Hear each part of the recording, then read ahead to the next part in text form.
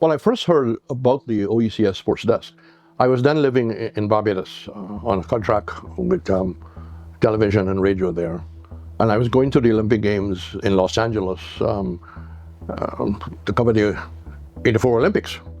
And the telephone rang one day in my little 2x2 rocky flat. And a gentleman at the other end of the phone introduced himself as Dr. Von Lewis, as the Director General of the OECS. And he said that there will be a meeting in Montserrat of the heads in a matter of weeks. And you are one of the names which has been suggested to head the OECS first ever sports desk. Would you be interested? Now, you don't have half an hour to find out about, all sort of things about conditions and, you had 2 or 3 minutes. I mean, a Director General is calling you. Your answer is either yes or no. And I said yes because I believe that, I was involved in cricket and I was involved in sport, heading a couple of associations. But there's life after all of that, and there's life after cricket. And now the moment has really arrived in this celebration. When you take a job, everybody is going to be watching to see what you're going to produce, what's going to happen. And I remember Ali Black, the president of athletics, saying, Mr. Pereira, what are you going to do for us? And I said, my name is Joseph, but I am not the son of Christ, but I'm going to give you 110%. I'm going to give you my best, my very best shot. To go to Jamaica in 1955 against Australia after bowling out Australia.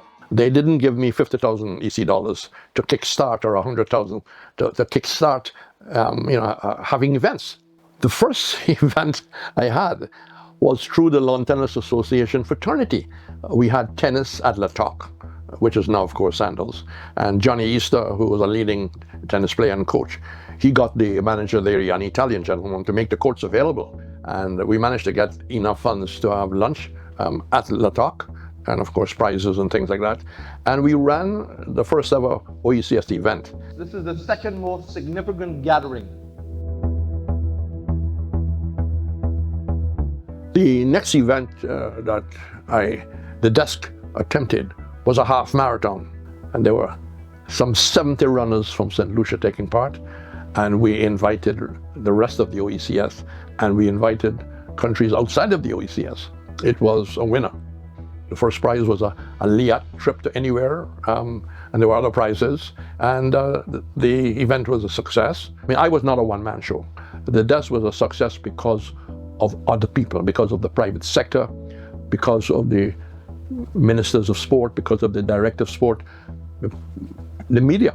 The media played a whacking role, because private sector people like to hear that X sponsored by Y was a success. It attracted, a wide cross section. There were lots of spectators, and the case may be, So 85 was an important year, because you didn't want to start great in 84 in the last 3 months and then fall flat in 85. So on the 19 team, who in recent days beat Australia in a practice match.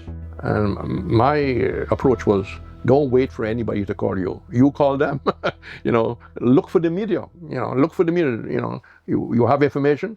They may carry it, they may not carry it, but at least you have made the effort to provide the CBU, to provide Radio Antilles, and everybody else. We will draft the fax, and we will send that fax to every OECS country. So all the media, although something may be happening in Grenada, everybody knew what was happening in Grenada. And I also sent it to the Caribbean Broadcasting Union. I sent it to just about every Caribbean newspaper. And the fax machine played a major role. But sometimes you have to stand by the fax machine and watch it go. But then you feel, at least somebody's going to read it somewhere. The media was just a major plank in whatever success the OECS was over the 12 years. But looking back, the United ensured sponsorship of secondary school cricket throughout the OECS, because they felt and accepted my approach that if you didn't produce secondary school players, the leewards and windwards would not produce the kind of cricketers that they were producing, the likes of the Michael Finleys and the Andy Roberts and later Sir Vivian Richards came, but you had to have a nursery ongoing. The netball sponsorship from the OECS Central Bank was major. Shell sponsored some wicket-keeping clinics, and Shell was able to provide money where each island, each member state were allowed to send 3 young wicket-keepers. So we had all that happening in St. Vincent. We had all from the Leewards, Montserrat, St. Kitts, Nevis, etc., BVI in St. Kitts. And out of those clinics came Junior Murray, the first Grenadian to play for the West Indies, and Ridley Jacobs, who played for the West Indies. He wasn't the first Antiguan, but those clinics produced 2 West Indies cricketers, and that was money well spent. The kind of program, the kind of work they did, and maybe Jamaica could have played Davis Cup, Trinidad could have played Davis Cup, Guyana could have played Davis Cup, but the OECS islands certainly couldn't individually play Davis Cup. We just didn't have the individual strength. And Dennis Byron, he accepted the role of heading an OECS tennis association. And we were able to convince the international body that as a grouping, we can produce the talent that wasn't normally allowed to play for the I think it was called the British Caribbean the Davis Cup team. There was, I think John McGinley might have played from Antigua. I'm sure he did play, but it was a major breakthrough, and I'm very grateful to the people who formed that OECS Tennis Association, Dennis Byron and others, and we were able to stage Davis Cup matches in St. Lucia, in St. Kitts, in Antigua, and it was really great. you got to win the toss first. Well, it doesn't matter. When you look at the income stream from OECS associations, not many of them, had an income stream. Maybe the finals of your netball or the finals of your football, the associations will be able to charge a gate charge, and that could have maybe make money. But when you are trying to put together a netball team to go from Grenada to, let's say, to the BVI, or Grenada to Basseterre, I'm just giving you one example. It can be the other way around. You had to realize that they had to rely totally on government, or maybe they were in private sector. So I got permission from the then Director General, Dr. Von Lewis, to go to Antigua and see Captain Foster. He was a Grenadian. He was the head of LIAT then. And I said to him, look, we have all these events. You are having periods where you're traveling half empty. Provide an opportunity for these teams going back and forth to pay 50% of the normal fares.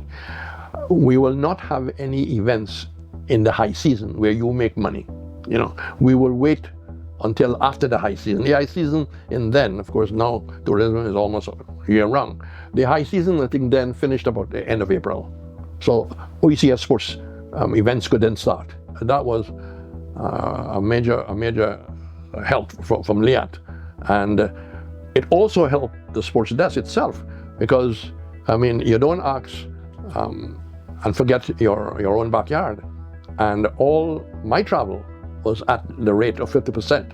Therefore, the travel budget for the desk straight away got bigger because we were using less money.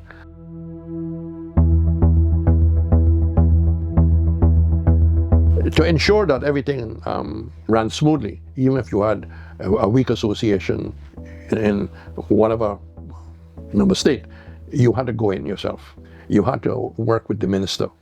You had to work with the sports director, because they can play backup to ensure that you're hosting, please toe the line. What is the venue like? Is the venue need any boosting up? Is the lights working? What about the toilets, right? What about the quality of the courts, the case may be? And that I couldn't do.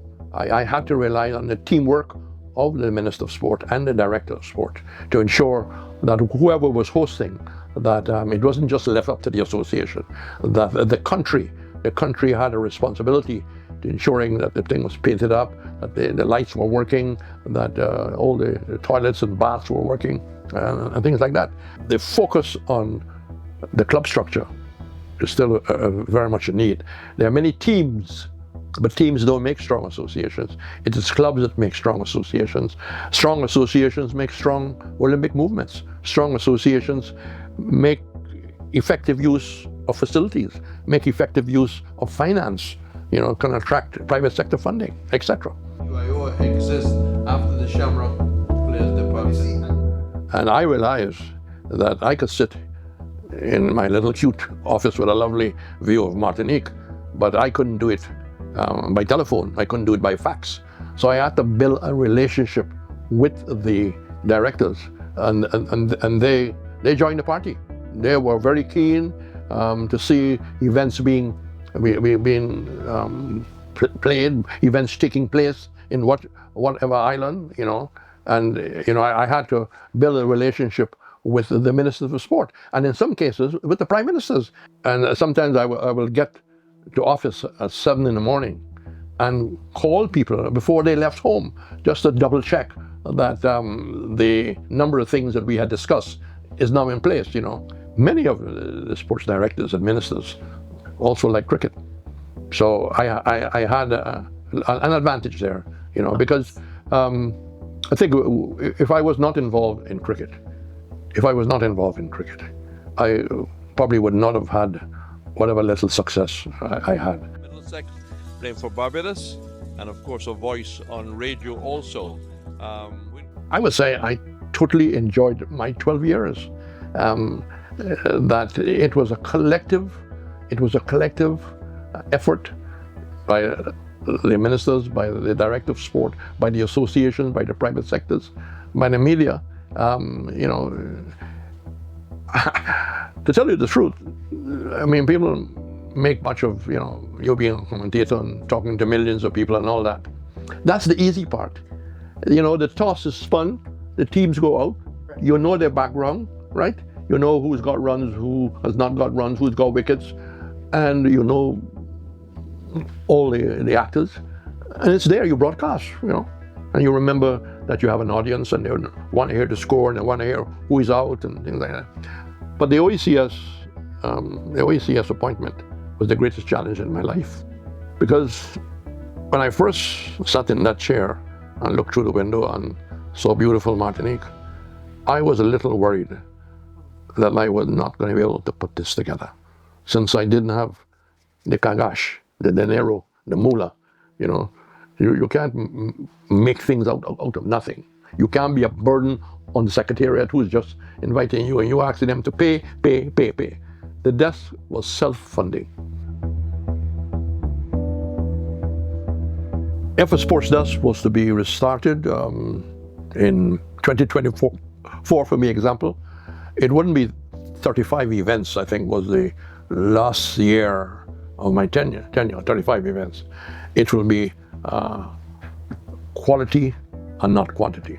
You had to be very selective in 2024, which every year, because the private sector is just not, after COVID, the private sector has been rocked. Inter-island travel is very scarce. All those are factors. So I will say a very small 10, 12 events, and it'll take time to recover the sponsorship that might have gone off the wheels. Some of the sponsorship is still there, but there are new private sector companies that just, might like to sponsor an event.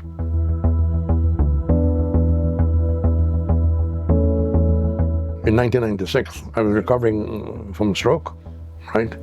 And I realized then I could never be the person I was, but I could be the best I could be, And I decided that my life will not be over, or that luckily my memory was intact, that I had a genuine love for sport.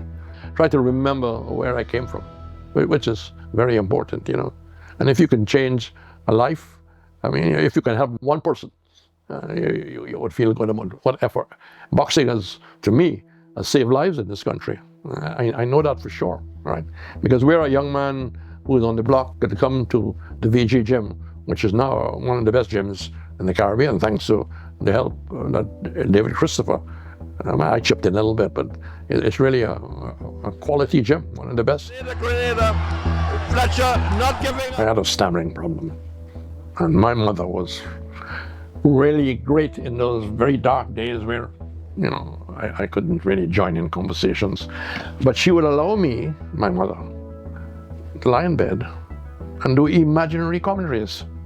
And I will do all kinds of test matches and Statham bowling to Worrell goes back, plays it down to third man, you know. And I will do imaginary commentaries, Brazil playing England at Wembley. And I lived in Charlestown in South Georgetown. There was a man who played American Armed Forces radio boxing every Friday night.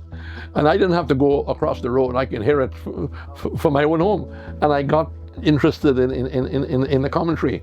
And I will do all kinds of title fights between Sugar Ray Robinson and Randolph Turpin. And there's a chance against Archie Moore. My mother was really helpful. And slowly but surely, I was able to get over and broadcast to the world.